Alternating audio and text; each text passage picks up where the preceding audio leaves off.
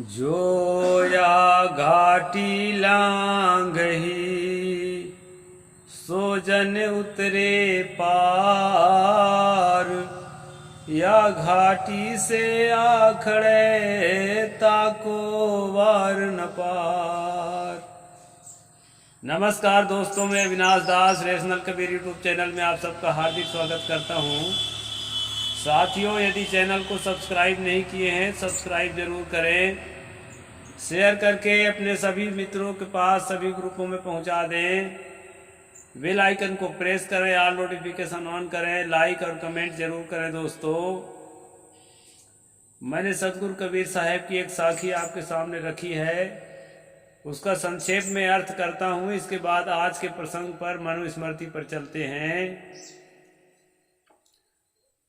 सतगुरु ने कहा, जो या घाटी लंघही सो जन उतरे पार। या घाटी से आखड़े ताको वार न पार। ये घाटी जो है दोस्तों, पहाड़ी रास्ते में जो दुर्गम स्थान होता है, जिसको पार करना मुश्किल होता है, उसी को घाटी कहा जाता है।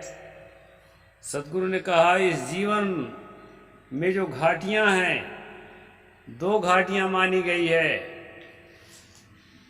एक विषय वासना का पथ घाटी है और एक धन संपत्ति के प्रति जो लालसा है, लोभ है, लालच है, वो दूसरी घाटी है। घाटियां तो बहुत हैं, लेकिन प्रधान दो ही घाटी है। आदमी का जीवन यदि पुरुष है तो औरत की सोच में, किसी सुंदरी स्त्री की सोच में डूबा डूबा उलझता है, या कि लेन देन के व्यवहार के सोच में, संपत्ति के संबंधी में मन उलझता है। इसी प्रकार स्त्री का भी, कि वो यदि अपने वासनात्मक प्रवाह में अपने आप को नहीं रोक पाती है तो वह अनैतिक काम करती है, या अनैतिक काम करने के लिए अवसर प्रदान करती है। दोस्तों, ज्यादातर देखा जाता है कि पुरुष ही आक्रामक रूप से स्त्रियों का शोषण करता है। और वह शोषण क्यों करता है, मैंने पहले अन्य वीडियोज में भी आपको बताया है, और आप स्वयं भी जानते होंगे कि जब हमारे अंदर हमारे मन की प्रबल वासना हमारे काबू से बाहर होती है, हम सुध बुध खो देते हैं, हमें ये पता ही नहीं रहता कि मैं क्या करने जा रहा हूं। मन की एक जो है ऐसी अवस्था है, वहां पर मनुष्य के लाज शर्म सब मिट जाते हैं। वहां पर मनुष्य के नैतिकता और अपना धर्म वो सब भूल जाते हैं। वहां पर मनुष्य को सिर्फ और सिर्फ पूरा माइंड कंसंट्रेट होकर के, पूरा मन एकाग्र होकर के उस दुष्प्रवृत्ति में लीन हो जाता है। इसलिए वो दुष्कर्म कर बैठता है। वहां पर डर भी नहीं होता है, न भगवान का डर, जो बड़े भगवान भगवान पुकारते हैं ना। ज्यादातर बलात्कारी तो भगवान के भक्त ही आज तक पाए गए हैं। बिरला ही होगा कोई नास्तिक भी ऐसा किया हो, लेकिन नास्तिकों में ये चीज कम पाई जाती है। संयम को, मानवता को वो अधिक ध्यान में रखते हैं। मंदिरों में इस तरह से घटनाएं ज्यादा घटती है। आपने देखा है अभी मणिपुर की घटना में, जितने लोग महिलाओं को नंगा घुमाने वाले थे और जितने लोग सामूहिक बलात्कार करने वाले थे, वो सब के सब धार्मिक थे। बिल्किस बानो के 11 बलात्कारी, वो सब के सब धार्मिक थे, और उनको जेल से निकालकर जो आरती उतार रहे थे वो भी सब के सब धार्मिक थे। तो ज्यादातर स्त्रियों का शोषण, बलात्कार का काम जो है धार्मिक लोग करते हैं। यह जो है चिंता का विषय है। दोस्तों, ऐसा क्यों होता है? इसका साइकोलॉजिकल रीजन है। आदमी जो है धर्म के नाम से या किसी प्रकार के किसी कम्युनिटी के प्रेम के नाम से जब बहुत ज़्यादा अपने आप को दुनिया से अलग करके और किसी धुन में अपने आप को विलीन करने में लगा रहता है, तो मस्तिष्क जो है असहज हो जाता है और उसको आपे में रहने की क्षमता कम हो जाती है।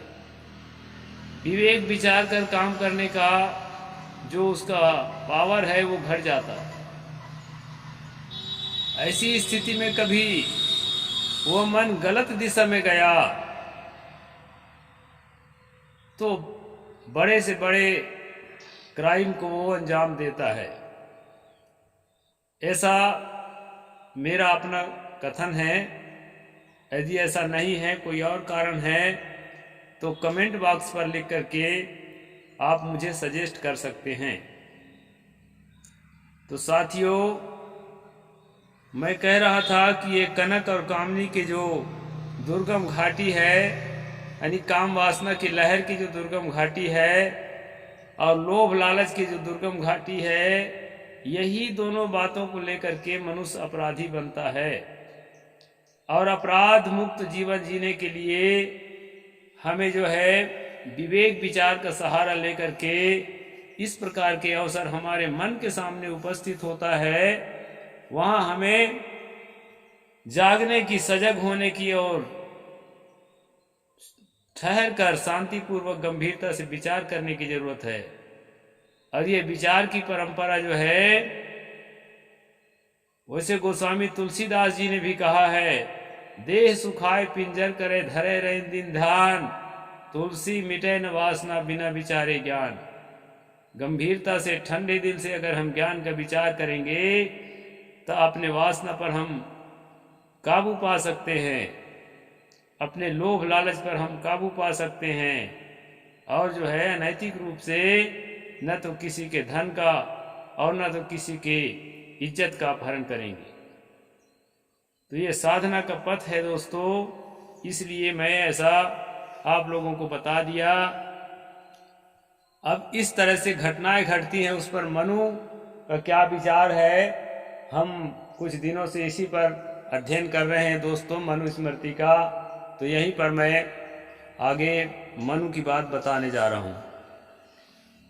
किंचिदेव तु दाप्यः स्यात्म संभाषाताभिचारण प्रयस्त्यासु चैक भक्तासु रहः प्रवजितासु च। ये 8वां अध्याय मनुस्मृति का श्लोक नंबर 263 है दोस्तों, 363। यहाँ पर मनु कहते हैं, ऐसी स्त्रियों के साथ भी एकांत में बात करने वाले पुरुष को राजा कुछ दंड दे, वैसे ही दासियों, बैरागिनों और ब्रह्मचारिणियों के साथ जो पुरुष रहस्य भाषण करे, उसे भी कुछ दंड करे। अब इसमें कुछ दंड और विशेष दंड में अंतर है। जो बैरागिनी है अर्थात साध्वी इत्यादि होती है ना, तमाम ब्रह्मचारिणी होती हैं, ब्रह्मा कुमारी और क्या क्या उस समय नहीं होती थी, उस समय दूसरे तरह की होती रही होंगी। और जो है जो दासियां होती हैं, नौकरानी होती है। यहाँ एक बात मैं विशेष कहना चाहूँगा कि बैरागिनियों को भारत की जो मूल संस्कृति है, सम्यक संस्कृति है, उसमें पूज्य माना गया।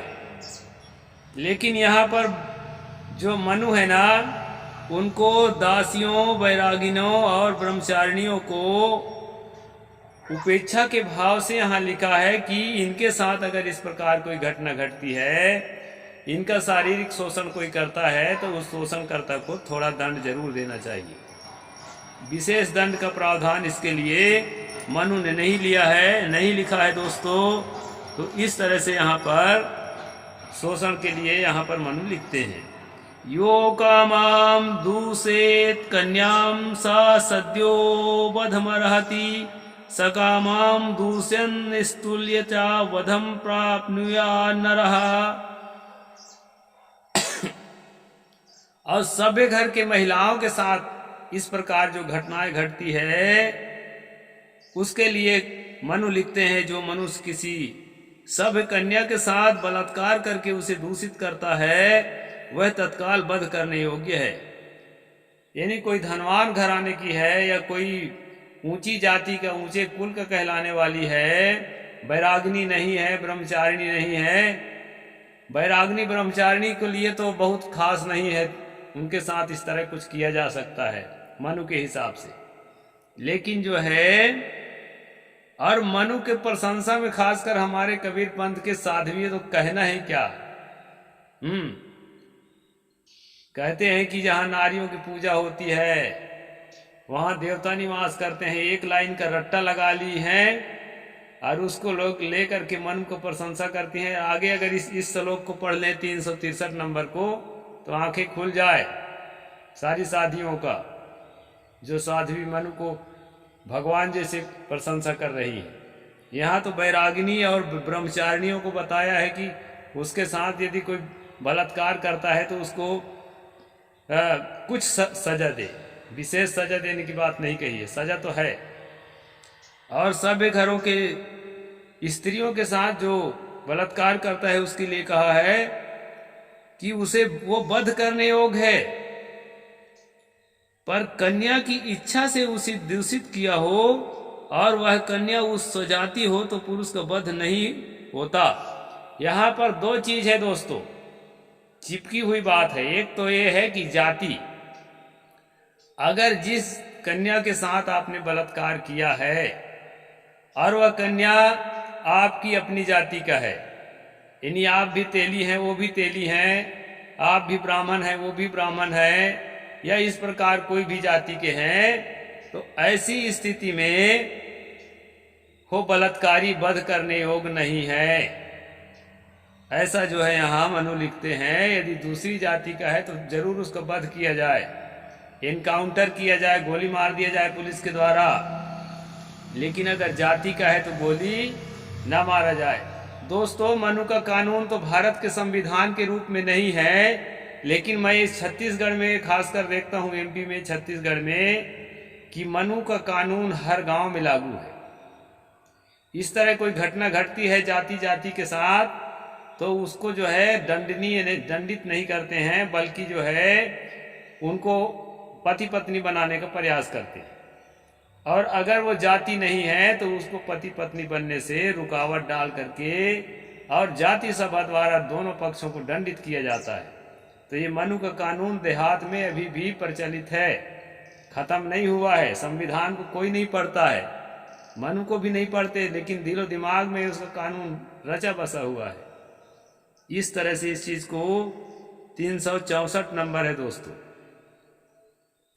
कन्यां भजन्ती मुत्कृष्टं च किंचिदपि दापयेत जघन्यं सेवमानां तु संयतां वासयेत गृहे।